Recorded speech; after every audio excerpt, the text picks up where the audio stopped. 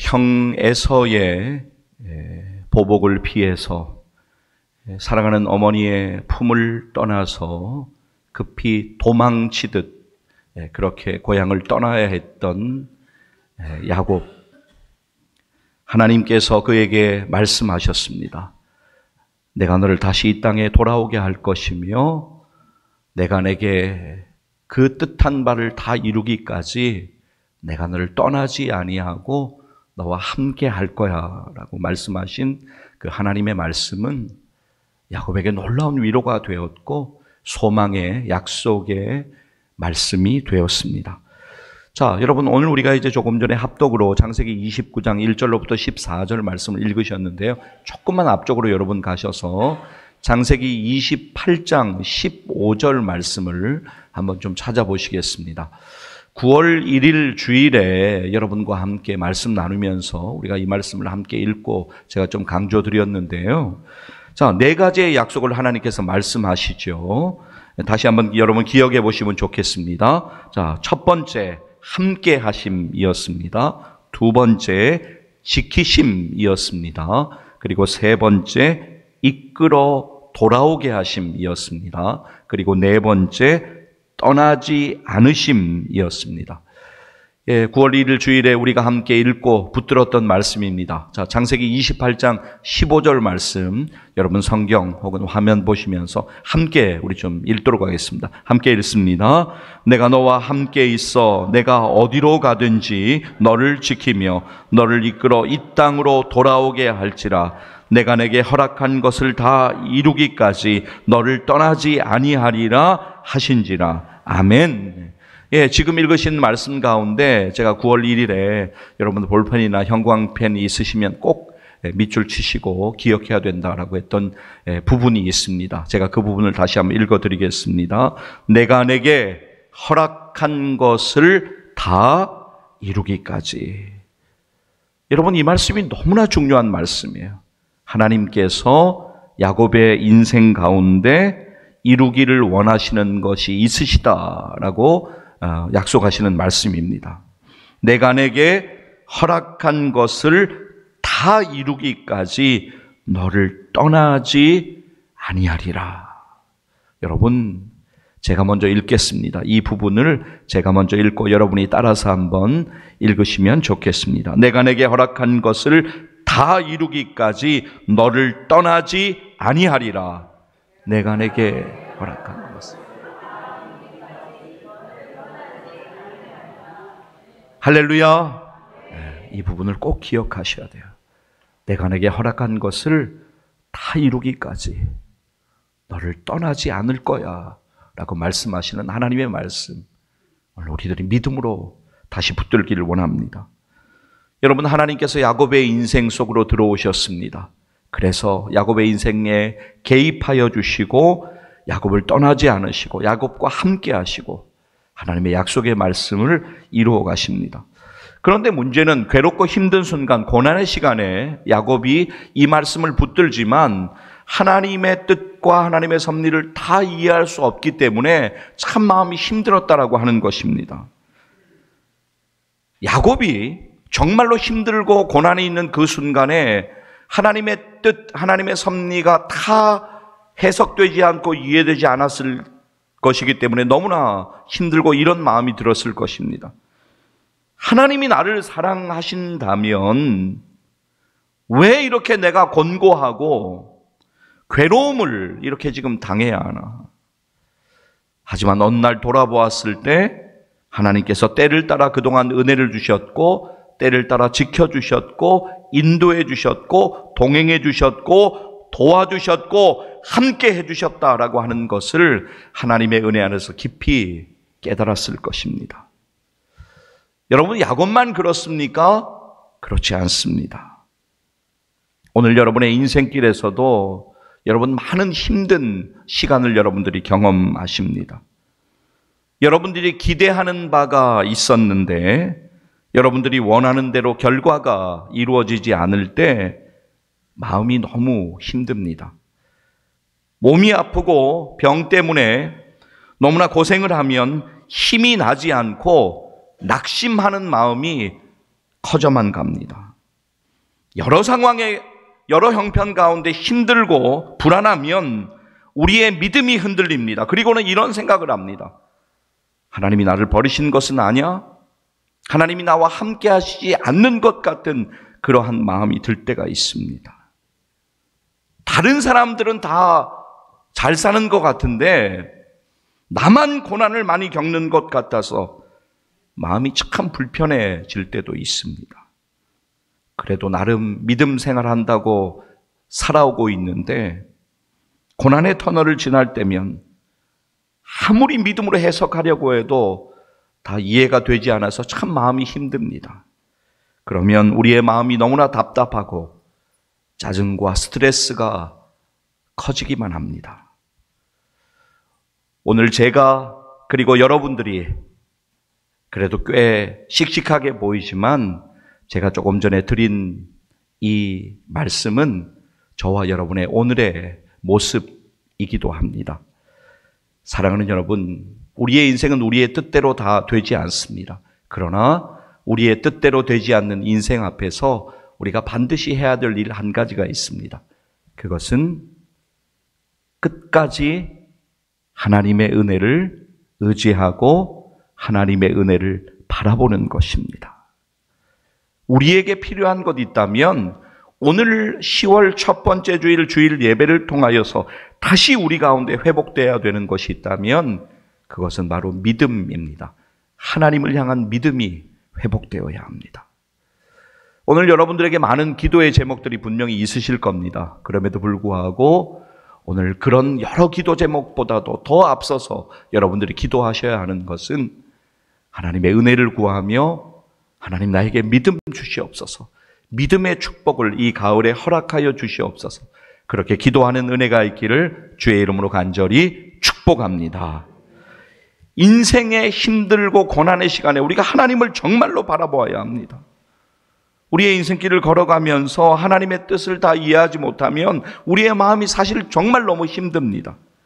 그러나 그때 우리는 믿음으로 바라보아야 합니다. 하나님이 반드시 우리와 함께 하시고 우리를 인도하여 주실 것이라고 하는 것을 믿음으로 바라보고 그렇게 우리는 남은 생애를 걸어가야 합니다. 자, 여러분, 야곱이 베델의 허벌판에서 하나님을 만났습니다. 야곱이 하나님을 깊이 체험하기 전과 그렇게 베델의 허벌판에서 하나님의 은혜를 깊이 체험했던 그때 하나님의 은혜는 동일했습니다. 그런데 달라진 것이 있습니다. 그것이 무엇이냐면 바로 야곱의 믿음의 확신이었습니다. 야곱은 하나님의 놀라운 은혜를 경험한 이후에 이제는 더 이상 지식적으로 알고 있는 하나님, 그 하나님을 믿는 것이 아니라 체험적으로 자신과 함께 하시고 자신을 인도하시는 하나님을 믿음으로 의지하였던 것입니다. 여러분, 홀로 혈혈단신으로 광야의 지역, 낯선 땅을 지나서 하란 땅으로 향한다는 것, 그것은 정말로 어려운 일입니다. 여러 가지 위험이 기다리고 있습니다. 도둑의 위험이 기다리고 있고요, 사나운 들짐승의 위험이 기다리고 있고요, 뜨거운 광야의 열기와 밤의 차가운 기운이 그를 힘겹게 하고 그를 기다리고 있습니다. 그래서 당시에 피치 못하게 혼자 여행을 하는 나그네의 경우라면 혼자서 절대 여행하지 않습니다. 이렇게 장사를 위해서 여러 명이 함께 이동하는 그 무리를 기다렸다가 그들 사이에 나도 끼어달라고 해서 그들과 함께 여행하는 것이 일반적이었습니다. 그런데 야곱은 그렇게 할 수가 없습니다. 형 에서의 보복을 피해서 지금 도망치듯 하란으로 향하고 있는 길이기 때문에 그렇게 할 수가 없습니다. 혼자 가야 가는 길입니다. 얼마나 외롭고 얼마나 힘들었을까요? 그러나 사랑하는 여러분, 우리가 반드시 기억해야 되는 것이 있습니다. 야곱의 여정 가운데 누가 함께 하셨는가? 하나님께서 함께 하셨음을 믿습니다. 하나님께서 야곱의 여정을 인도하여 주셨고 하나님께서 그를 지켜주시고 도와주시고 하나님이 뜻하신 그 밖까지 인도하여 주셨던 것입니다.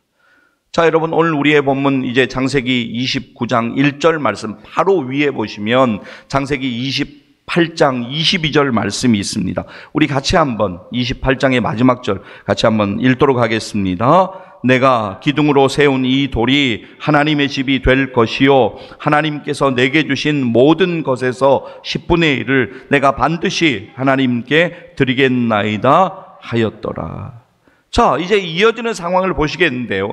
야곱은 하나님의 인도하심을 의지하며 그가 가고자 하는 목적지인 하란으로 발걸음을 힘차게 내딛습니다. 오늘 여러분의 본문 1절을 보시죠. 창세기 20장 1절은 이렇게 시작하고 있습니다. 야곱이 길을 떠나 히브리어 원어의 의미는 발을 들어 올리다라는 의미입니다. 힘차게 발걸음을 내딛는 동작을 가리킵니다.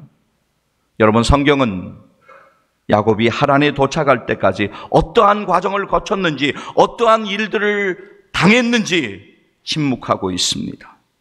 그러나 우리는 분명히 알고 있습니다. 험하고 긴 그 여행길, 그 광야길에서 야곱을 하나님께서 인도해 가셨다는 사실입니다.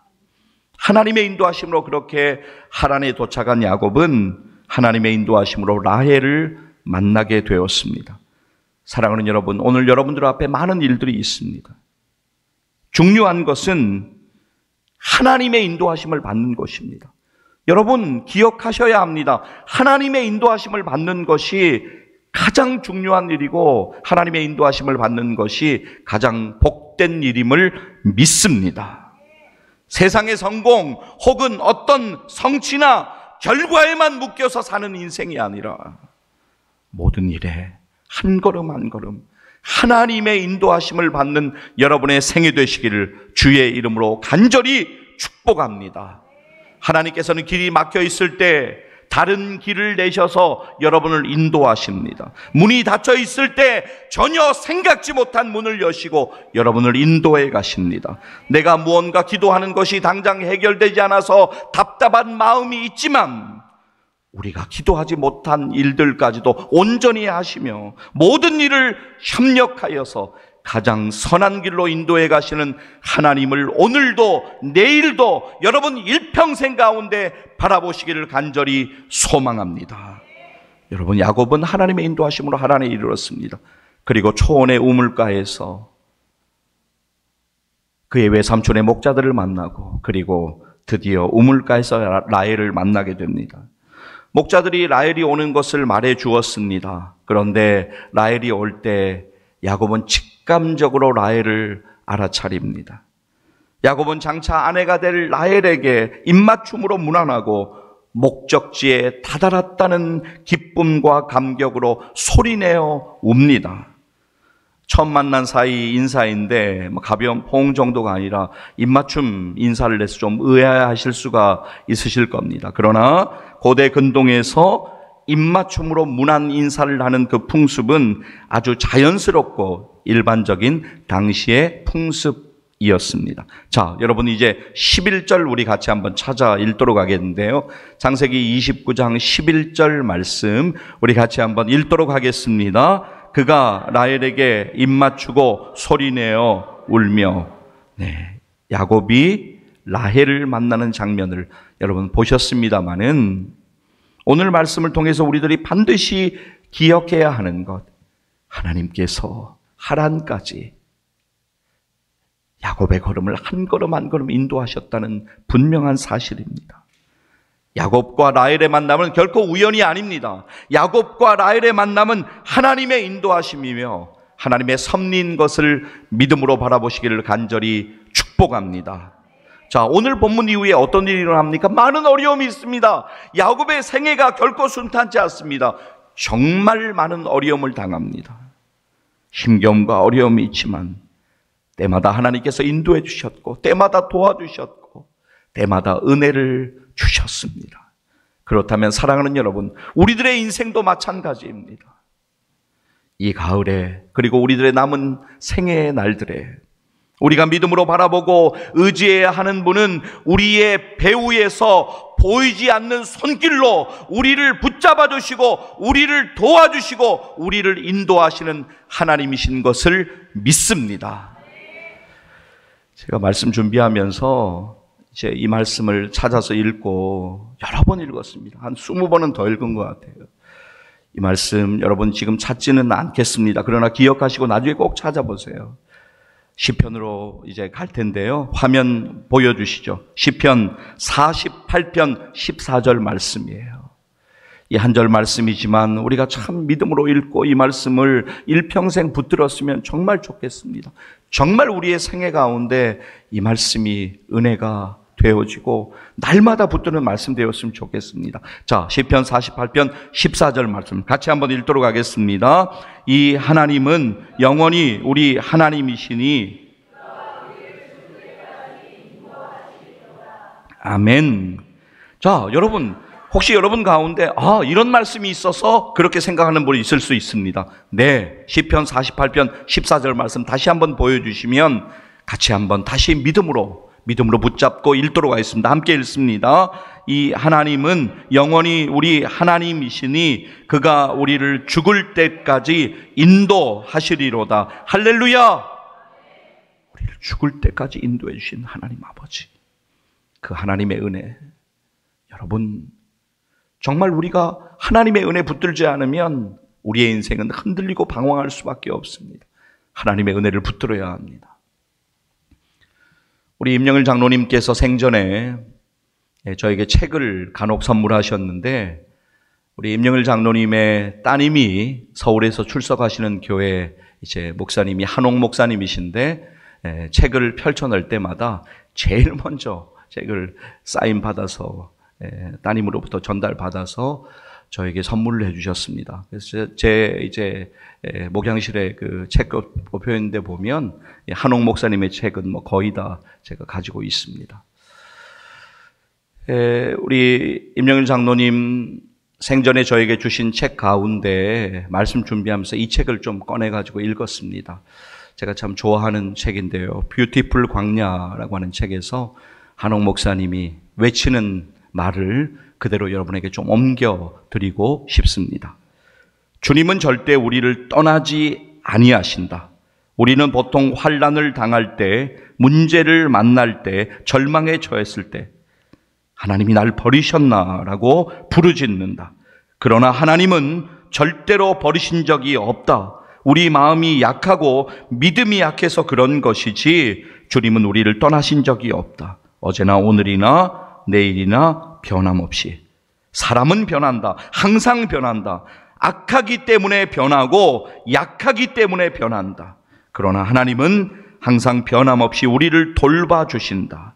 사람을 믿지 말고 하나님만 바라보길 바란다.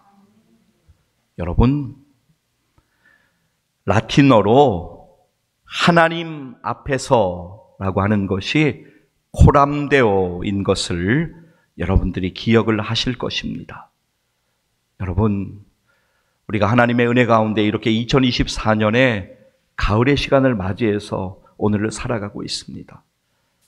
이렇게 2024년 가을의 시간 가운데, 그리고 남아있는 우리의 생애의 시간 가운데 하나님 앞에 코람데오의 믿음으로, 하나님 앞에서 믿음으로 살아가기를 간절히 소망합니다. 그러면 하나님께서 은혜의 복 주시고 여러분을 도와주시고 때마다 붙들어 주시고 하나님께서 인도하여 주실 것을 믿습니다. 하나님의 뜻과 섭리를 여러분을 통해 이루어 주실 것을 믿습니다. 이런 믿음 가지고 하나님께 영광 돌리시는 2024년의 가을의 날들 되시기를, 여러분의 남은 생애의 날들 되시기를 주의 이름으로 간절히 축복합니다. 기도하시겠습니다.